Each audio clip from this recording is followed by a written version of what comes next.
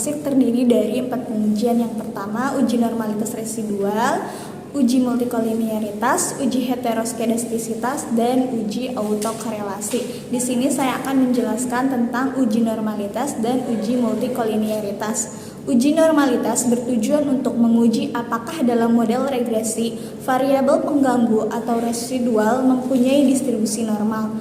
Uji T dan F mengasumsikan nilai residual mengikuti distribusi normal. Jika terjadi pelanggaran asumsi ini, maka uji statistik menjadi tidak valid untuk jumlah sampel kecil. Ada 2 cara mendeteksi apakah residual memiliki distribusi normal atau tidak, yaitu dengan analisis grafik dan uji Kolmogorov-Smirnov. Pada prinsipnya, normalitas dapat dideteksi dengan melihat penyebaran data atau titik pada sumbu diagonal dari grafik atau dengan melihat histogram dari residualnya. Jika grafik histogram membentuk lonceng terbalik dan simetris, maka dikatakan bahwa data variabel residualnya berdistribusi normal. Kemudian berikutnya ada uji Kolmogorov-Smirnov.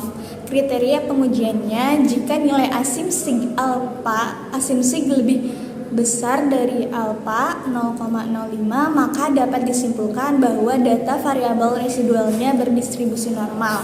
Besarnya nilai Kolmogorov-Smirnov adalah 0,096 dengan tingkat signifikansi di bawah 0,05 yaitu 0,024. Dengan kata lain bahwa nilai Ks tidak signifikan berarti residual berdistribusi secara tidak normal. Yang kedua yaitu uji multikolinearitas. Uji multikolinearitas bertujuan untuk menguji apakah model regresi ditemukan adanya korelasi antar variabel bebas.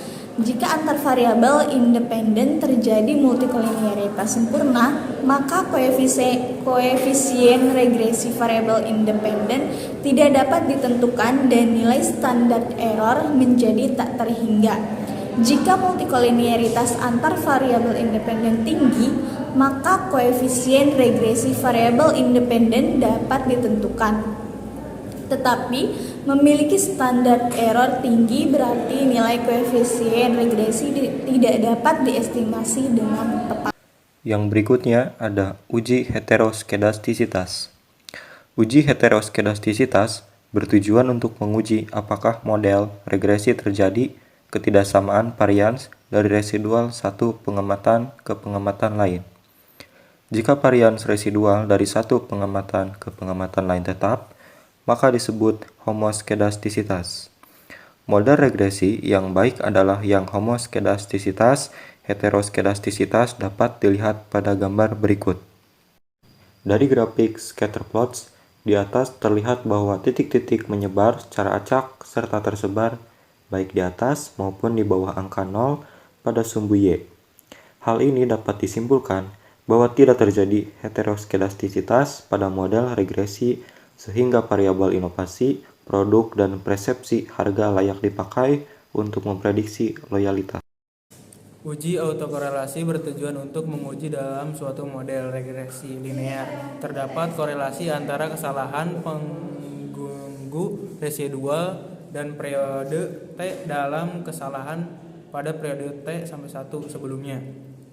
Dari output di atas didapatkan nilai koefisien R square R2 sebesar 0,902 yang artinya pengaruh variabel independen terhadap variabel dependen Y sebesar 90,2%.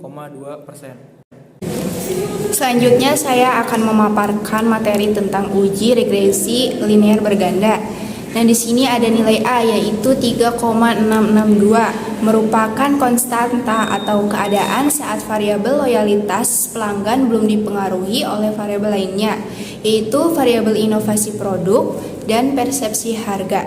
Jika variabel independen tidak ada, maka loyalitas pelanggan tidak mengalami perubahan. Selanjutnya yaitu B1.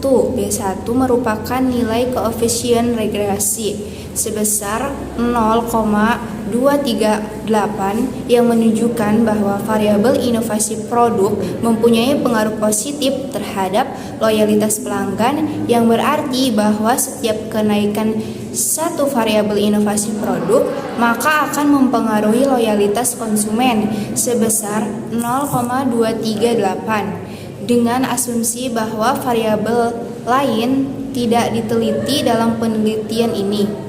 Selanjutnya B2 yaitu nilai koefisien regresi sebesar 0,238 menunjukkan bahwa variabel persepsi harga mempunyai pengaruh positif terhadap loyalitas pelanggan, yang berarti bahwa setiap kenaikan satu variabel persepsi harga maka akan mempengaruhi loyalitas konsumen sebesar 0,202 dengan asumsi bahwa variabel lain tidak diteliti dalam penelitian ini. Uji hipotesis adalah sebuah proses bentuk melakukan evaluasi kekuatan bukti dari sampel dan memberikan dasar untuk membuat populasinya, bertujuan untuk memutuskan apakah hipotesis yang diuji itu ditolak atau diterima.